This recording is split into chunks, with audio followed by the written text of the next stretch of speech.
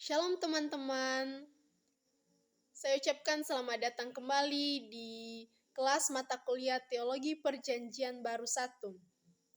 Pada saat ini kita akan melanjutkan materi atau pembahasan kita, dan sebelumnya perkenalkan nama saya Sophia Safenati Daily, saya semester 2, Prodi Pendidikan Agama Kristen, saya mahasiswa dari STTM Nias Barat. Sebagai dosen pengampu mata kuliah Teologi Perjanjian Baru 1 ini adalah Ibu Erlina Warubu, Magister Teologi.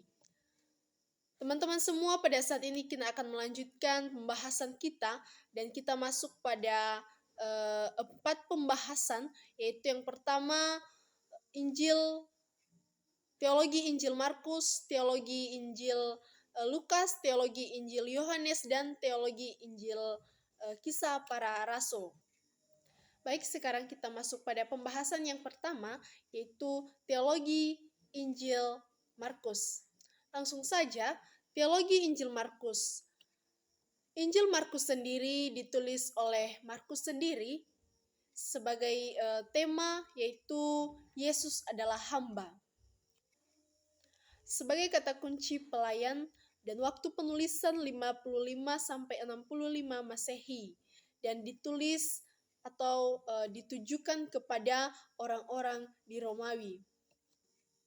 Adapun tujuan penulisan kitab Markus atau Injil Markus ini, yaitu karena pada tahun sekitar 60-an pada saat itu, orang-orang percaya di Romawi, mereka disiksa, bahkan dibunuh di bawah pemerintahan atau di bawah kekuasaan Kaisar Nero pada saat itu. Jadi Markus sendiri memiliki dua tujuan mengapa dia menulis kitab Markus ini, yaitu yang pertama adalah sebagai suatu inspirasi yang bersifat nubuatan atau tanggapan penggembalaan terhadap masa penganiayaan ini. Dan yang kedua yaitu Markus sendiri memberikan penguatan, atau yang kedua yaitu memperkuat dasar iman dalam orang percaya di Roma pada saat itu. Karena mereka mengalami suatu siksaan, suatu penganiayaan pada saat itu. Jadi Markus sendiri menuliskan Injilnya supaya orang-orang yang percaya di Roma pada saat itu tetap kuat, iman mereka tetap teguh, dan mereka tetap mengandalkan Tuhan di dalam setiap kehidupan mereka. Sekarang kita masuk pada muatan teologis. Adapun beberapa muatan teologis dalam Injil Markus ini, yang pertama yaitu kristologi yang ditindakkan, di mana di dalam Injil Markus ini, Markus sendiri menuliskan bagaimana Yesus mendemonstrasikan atau menggambarkan dirinya sebagai Allah dengan cara memberikan suatu panggilan dengan wibawa. Ada suatu contoh kalimat, yaitu ikutlah aku, seperti dalam Markus pasal 1 ayat 16-20. Jadi di situ kita melihat bagaimana kewibawaan Yesus pada saat itu. Jadi di dalam Injil Markus ini membahas tentang atau menceritakan, atau dia menulis bagaimana kewibawaan Yesus pada masa itu.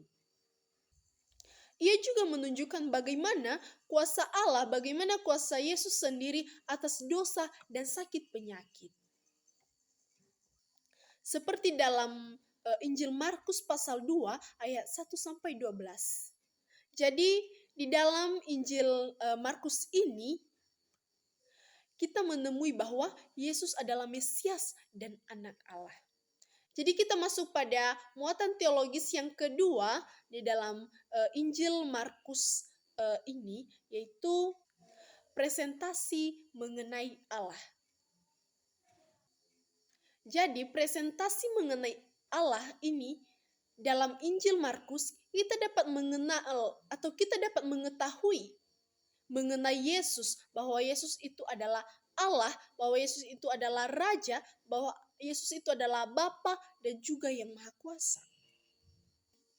Jadi melalui presentasi mengenai Allah ini juga kita dapat mengenal, kita dapat mengerti bagaimana Allah ini, Allah sendiri yang mendobrak penghalang, segala penghalang, termaksud dosa-dosa kita. Dia menebus segala kesalahan kita, dia menebus segala dosa-dosa kita.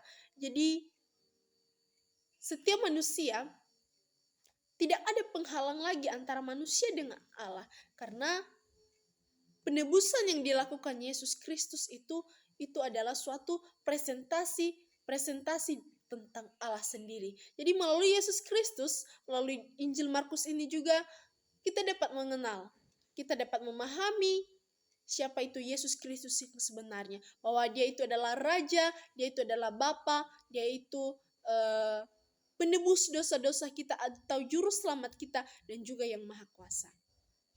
Jadi kita masuk pada muatan teologis yang ketiga, yaitu eskatologi. Apa itu eskatologi, teman-teman semua? Eskatologi itu adalah akhir zaman. Jadi di dalam Injil Markus, eskatologi di dalam Injil ini menampakkan atau menyatakan suatu kalimat seperti waktunya telah tiba, waktunya akan datang.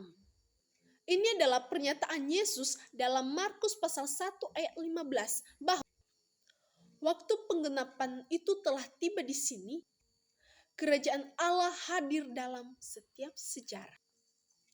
Jadi, itulah pembahasan di dalam Injil Markus ini, teman-teman semua. Jadi, melalui Injil Markus ini, melalui Markus yang menulis sendiri Injilnya ini, kita dapat mengerti, kita dapat mengetahui bagaimana presentasi tentang Allah, bagaimana kehidupan Yesus Kristus. Kita dapat mengenal lebih dalam lagi bagaimana sebenarnya dan siapa sebenarnya Yesus Kristus itu. Jadi, kita masuk pada pembahasan yang kedua atau pembahasan selanjutnya, yaitu teologi Injil Lukas. Injil Lukas sendiri ini terbagi menjadi beberapa bagian, dan yang pertama kita masuk pada bagian A, yaitu introduksi Injil Lukas. Injil Lukas ini sendiri ditulis oleh Lukas sendiri sebagai tema, yaitu Yesus sebagai manusia ideal. Yesus sebagai manusia atau Yesus adalah manusia ideal, yang artinya yaitu Yesus 100% Allah dan Yesus juga 100% manusia. Jadi kata kunci Injil Lukas ini adalah anak manusia, di mana Yesus benar-benar lahir di dalam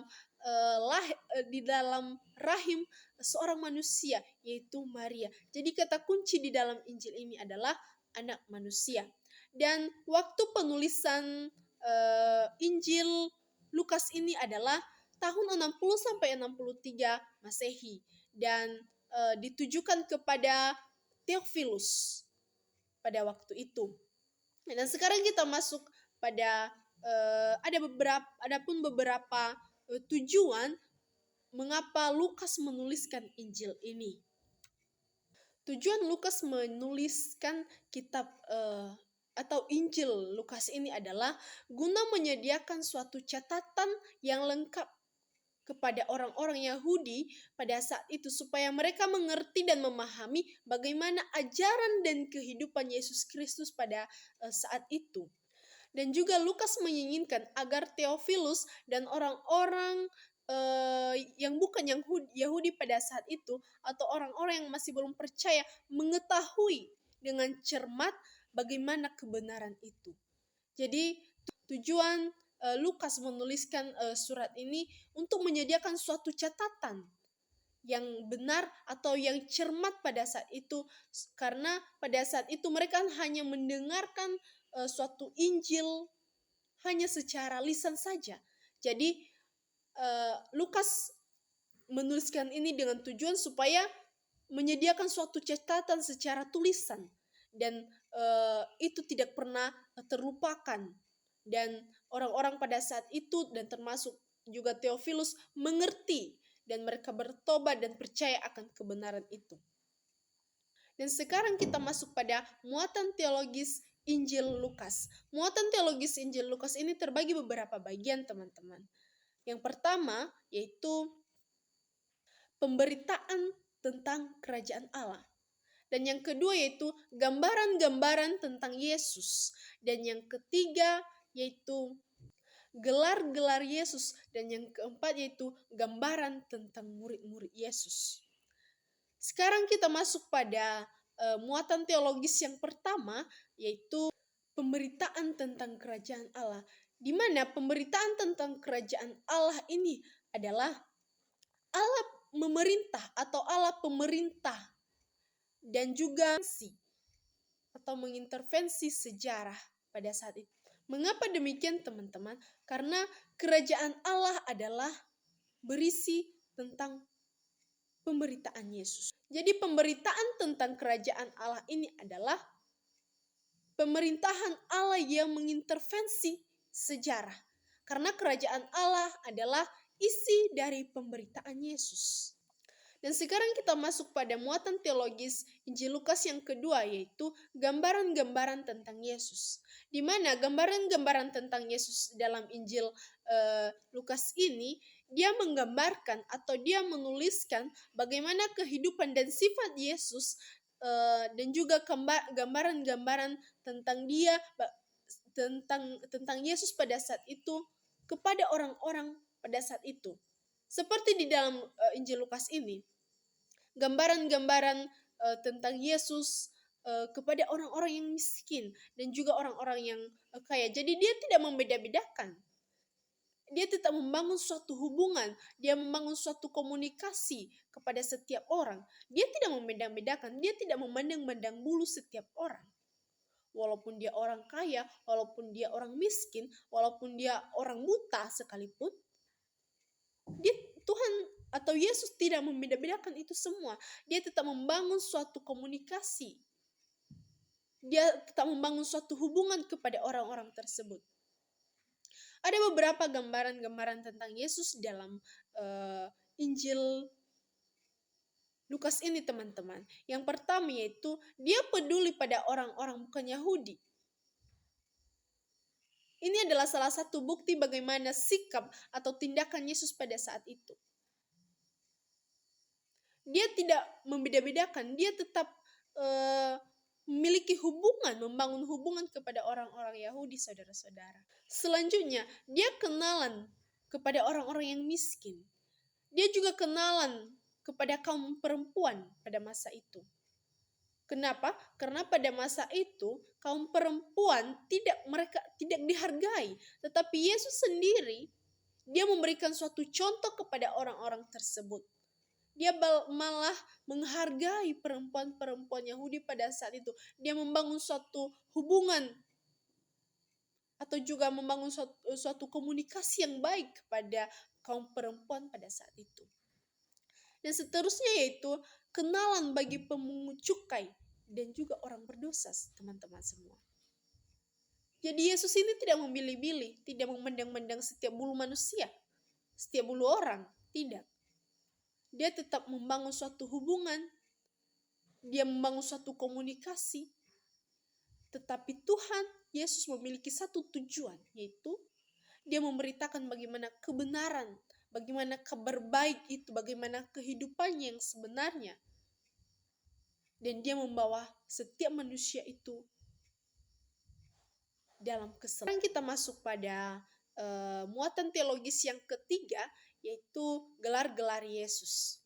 Ada beberapa gelar-gelar Yesus, teman-teman semua, yaitu Yesus sebagai nabi, Yesus sebagai anak Allah, Yesus sebagai anak Daud, Yesus sebagai Mesias, Yesus sebagai Raja, Yesus sebagai Tuhan.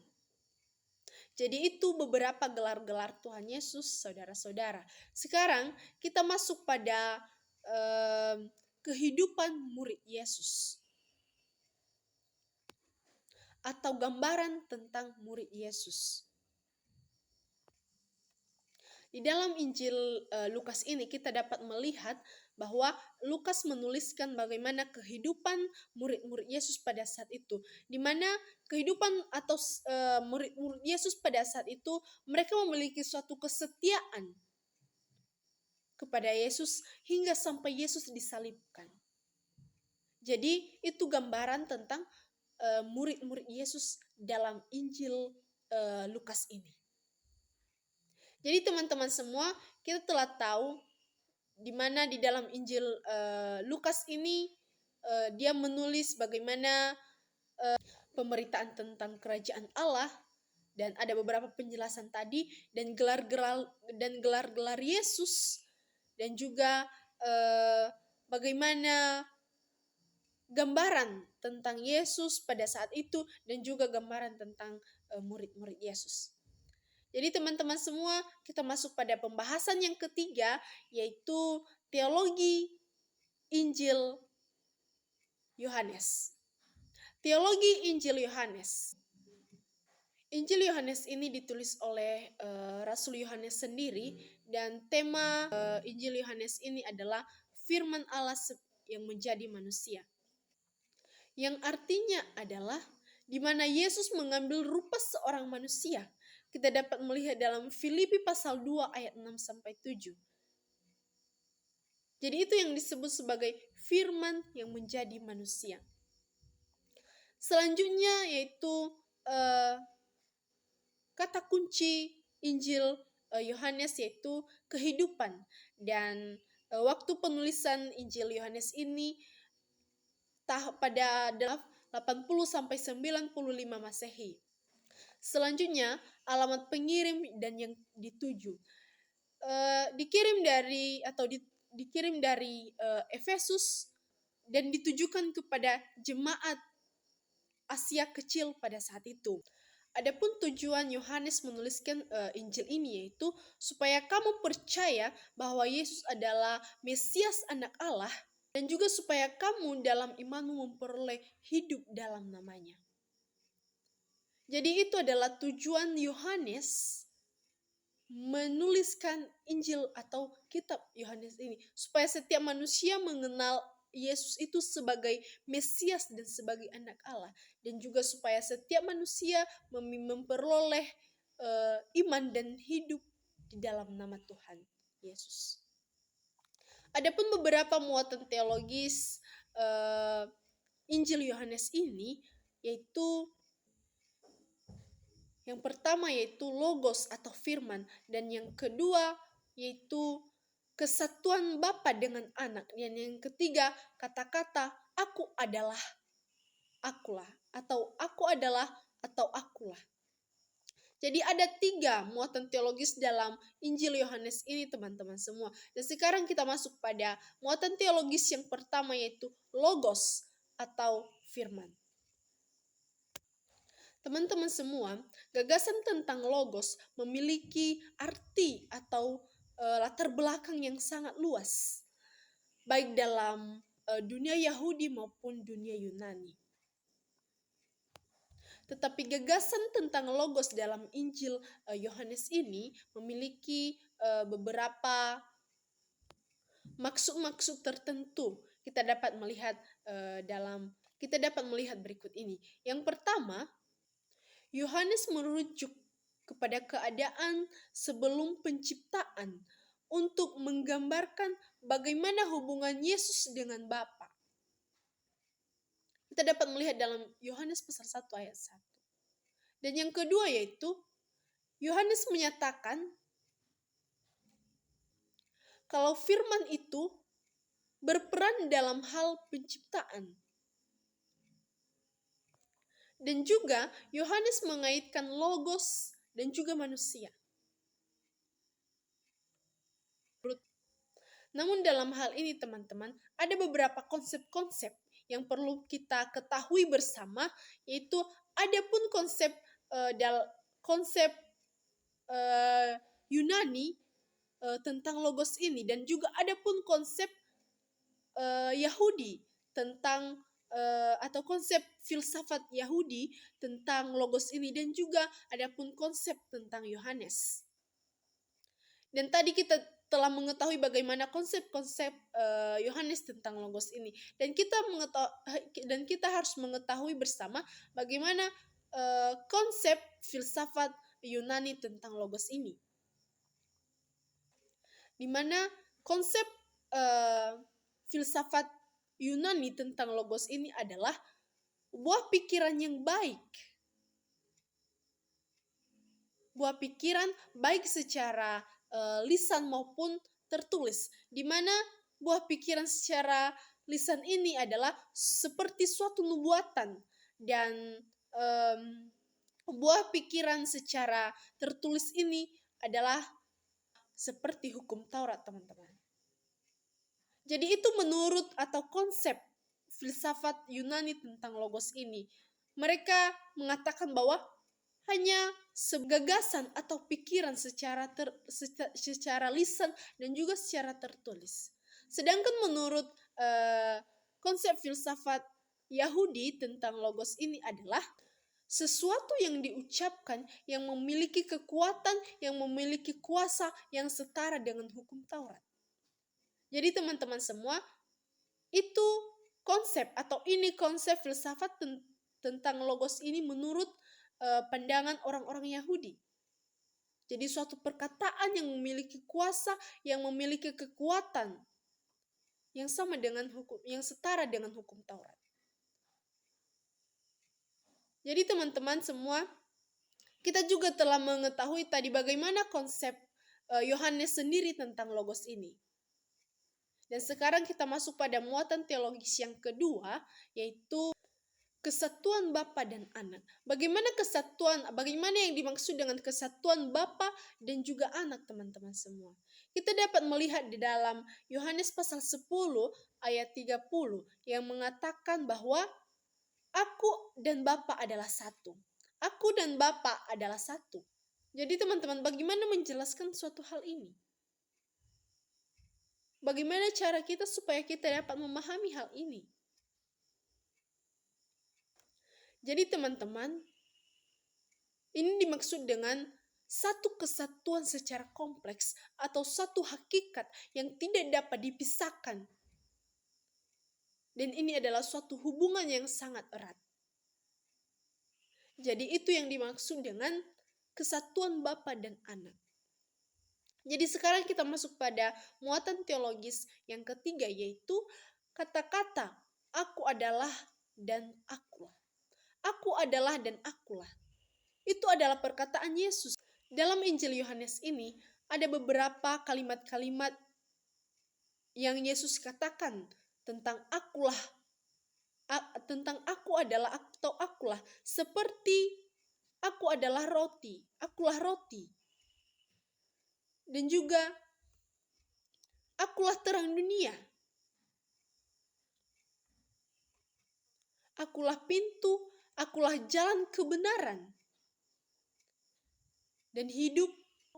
Akulah buah pokok anggur yang baik.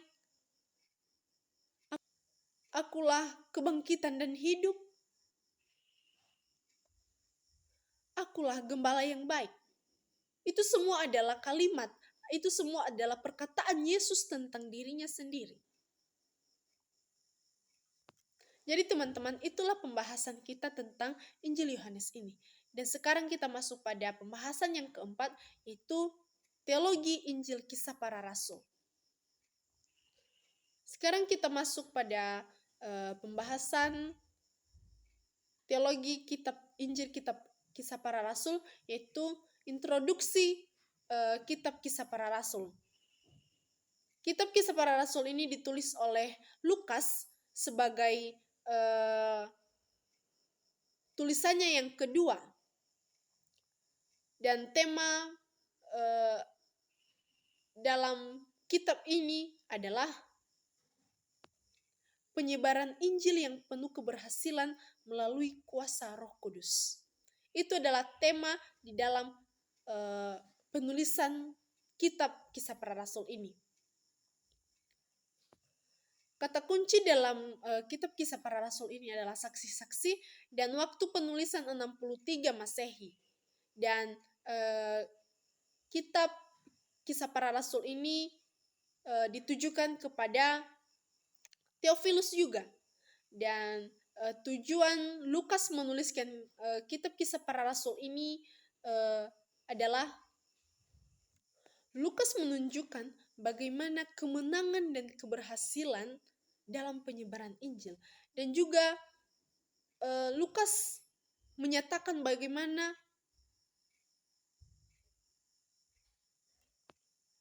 peran Roh Kudus dan juga misi Roh Kudus dalam kehidupan dan juga dalam misi gereja.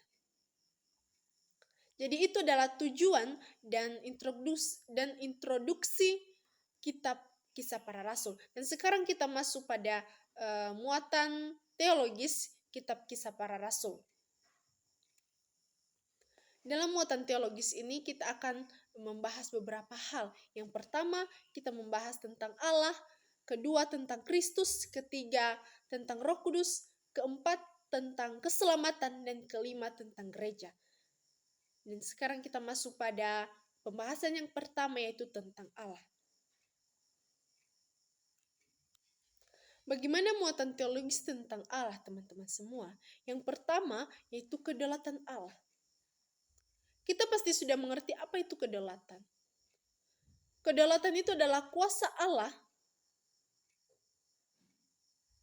yang daripada Allah sendiri yang tidak dapat diubahkan. Seperti Kristus telah mati di kayu salib, itu adalah suatu kedaulatan Allah, itu adalah suatu bukti dari kedaulatan Allah yang tidak dapat diubahkan oleh siapapun. Dan juga di dalam Injil atau kitab Kisah Para Rasul ini tentang Allah, dia menunjukkan bagaimana eksistensi Allah atau kepribadian Allah sendiri. Jadi melalui kedaulatannya kita dapat melihat dan mengerti bagaimana kepribadian Allah itu sendiri. Dia memiliki kedaulatan yang sangat teguh, yang sangat kuat, yang tidak pernah bisa diubahkan oleh siapapun. Sekarang yaitu muatan teologis yang kedua, yaitu tentang Kristus. Di dalam Injil atau kitab Kisah Para Rasul ini ada beberapa pembahasan tentang Kristus, seperti penyaliban dan kematian Kristus, yang kedua kebangkitan Kristus, dan yang ketiga yaitu kenaikan Kristus. Jadi sekarang kita masuk pada muatan teologis yang ketiga, yaitu tentang Roh Kudus.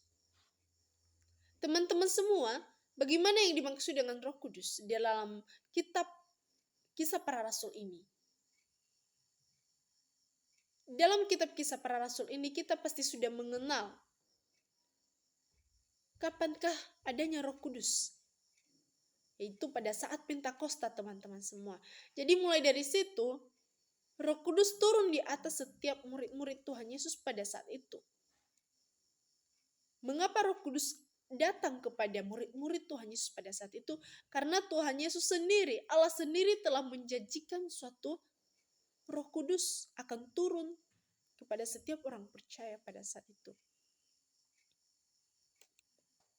Jadi teman-teman semua, hari Pentakosta itu adalah hari pencurahan Roh Kudus.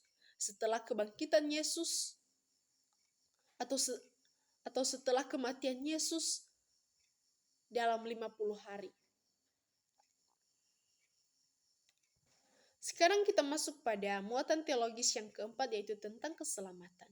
Di dalam kitab Kisah Para Rasul ini, kita dapat memahami bagaimana arti dari keselamatan. Ada beberapa poin-poin tentang keselamatan ini di dalam kitab Kisah Para Rasul. Yang pertama, yaitu keselamatan menurut beriman, keselamatan dalam beriman kepada Kristus. Yang kedua, yaitu percaya mencangkup pertobatan. Dan yang ketiga adalah keselamatan adalah melalui anugerah Allah itu sendiri.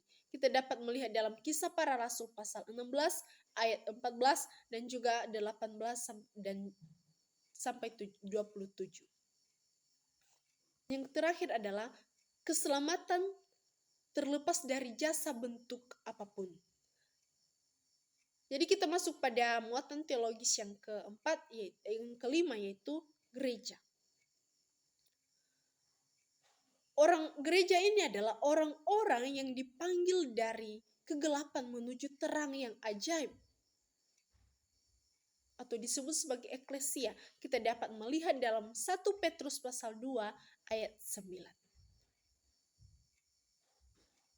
Jadi teman-teman semua, gereja dalam kitab Kisah Para Rasul ini gereja itu adalah tubuh orang percaya itu sendiri.